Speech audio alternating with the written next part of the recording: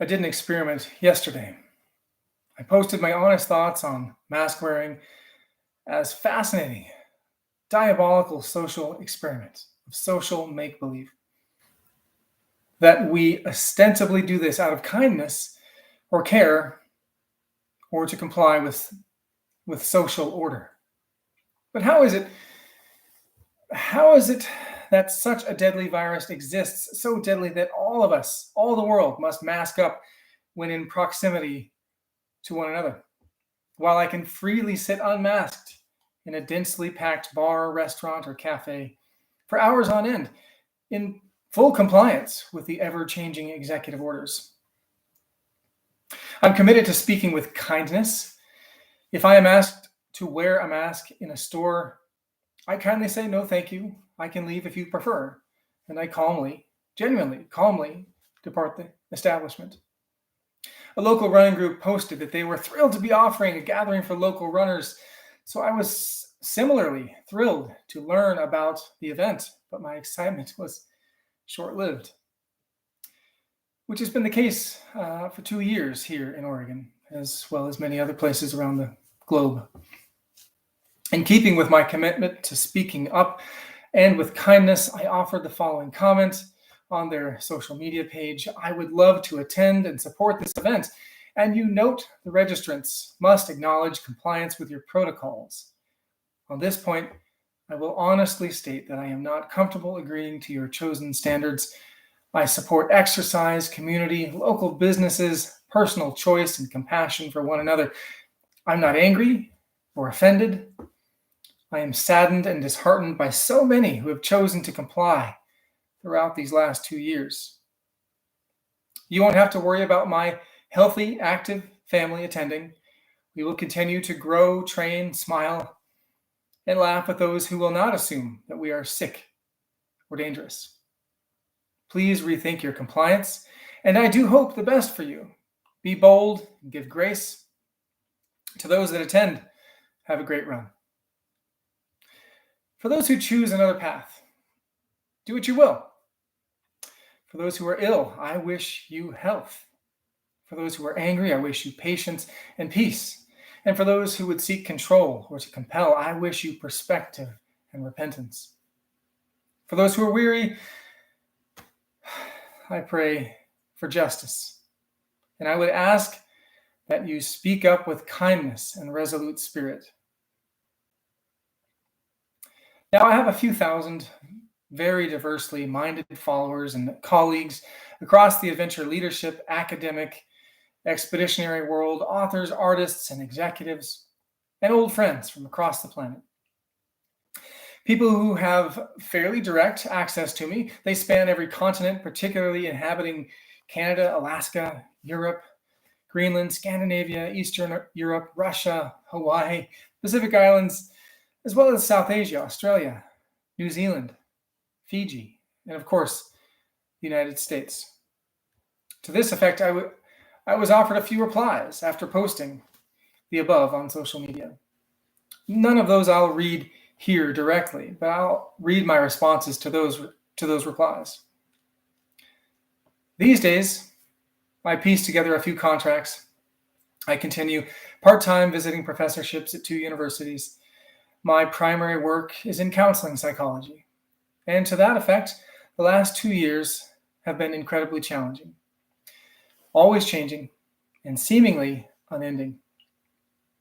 But I left the office entirely when our governor unilaterally mandated that we must wear masks in shared spaces.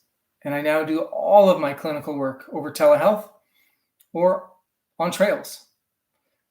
It has hurt my business, while my colleagues are totally full with wait lists in the hundreds. But I walk the streets like a free man. I don't carry a mask, and I walk the woods as much as I can. Our state board of counseling decided that our profession would side with political whims by declaring that all executive mandates must be followed, or the practitioner will be found in gross negligence and lose their license to practice. Imagine the repercussions and lack of insight when a psychotherapist is compelled to comply with transient executive orders from a governor's office. So despite slashing my income, I walk the woods with the few clients that I have and pick up as much other work as I can. 2 years into this, and I'm practicing kindness. Maybe we should all just do what we want without mandates, a person commented. So I said, yes, that's how we have lived until 2 years ago. COVID can kill, and death comes to us all. Lockdown populations have fared no better, often worse, than free populations. You cannot compel me to lock my family down because it is possible I might have an improbably deadly virus. While we see those in power do the opposite of their own executive orders, for 2 years now, we squabble along political lines, citizen to citizen. The hate that festers that I and my family have experienced has been from those who would seek to do the right thing, to hate us into submission with their beliefs. Hate has increased, and I was intimidated for a while. I was silent for a while. I even wore a mask for a while. I am ashamed to say, but no longer. I will speak up now, kindly.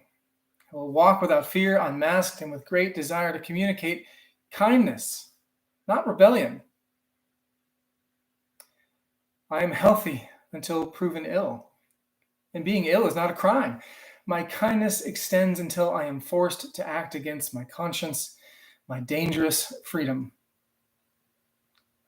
Until then, I will continue to work at being kind and empathetic. Naturally, what followed was a string of comments regarding my privilege, my elevated status, the harm that I was doing by surrounding the immunocompromised, who could be anywhere. Maybe they missed the part about all of us, at all times, being capable of carrying something forever. This line of logic means that you will faithfully, always, wear an ineffective cloth mask to protect the possibility of someone who may possibly be immunocompromised. I really am at a loss. It's not to me that those who share this opinion will sit in a cafe with me, openly breathing like a normal person for hours on end, and then mask up as they walk out the door. I mean, you get the silliness, right? It's unfortunate we haven't met in person, because you'd have some perspective, possibly, on who I am as an actual person. But there's no guarantee there either. One after another, those who continue to propose these mandates and executive orders are seen openly subverting and breaking them. And it's guys like me who are honest about their intentions and reservations who receive these arguments. Why not start with your leaders, your own leaders who are caught in lies while spouting support for your beliefs? I'm harmless. I live on a farm. I walk in the woods. Your time can be far more fruitful educating others, maybe taking on a new project. What followed was a set of questions asking about my thoughts on other social norms, like jaywalking, driving on the right side of the road, paying taxes. I assume this line of questioning regarding actual laws that are nearly universally agreed upon was more akin to trolling or just an attempted humor. So I did admit that I have jaywalked a time or two. I never got an answer when I asked the same questions, or even an answer about jaywalking. It's curious. You haven't answered my return question on jaywalking and other actual laws. Now, the challenge here is that all of this takes so much time. And I've got actual work to do. But I was asked if my issue was just compliance to authority in general, or was it about the toxic stuff in the jab? How much time can a person spend under this kind of interrogation, this questioning? Why don't we get the answers to our questions? Why are we always on the defense? So I said I would respond soon. But first, tell me about the likelihood of a full recovery. Tell me what that is again, please.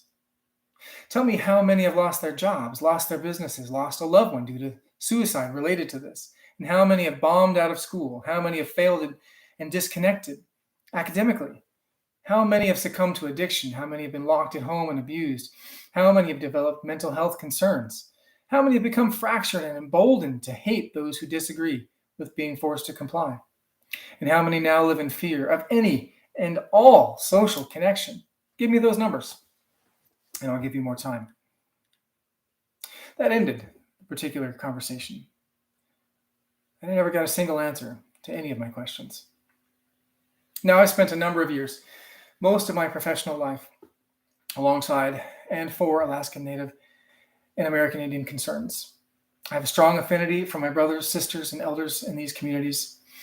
I think that's in small part why I was adopted into the Caribou clan of Taslina tribe of the Otna Nation by my brother Frank Hobson and Farron Johns. Another of my Alaska Native mentors, an attorney and corporate leader, a lion of a businessman, someone who I fought alongside and someone I've argued with for years. He took the time to reach out to me and say that we agree on many things and we disagree on many things. But he said, I wholeheartedly agree with your approach. People will always have different points of view. The challenge is to maintain space for them so that folks can coexist and have a place and find a way to find agreement on particular matters up to potential consensus where necessary or advisable to grow as a group. American Indians and Alaska Natives are intimately familiar with this dynamic. End quote. As I responded after breathing in some thankfulness for my wise and patient uncle, we live amongst a sea of do right in a world that requires do justly. The world's indigenous people throughout history know the evils of someone's doing this for your own good. And that is a tyranny never to be accepted.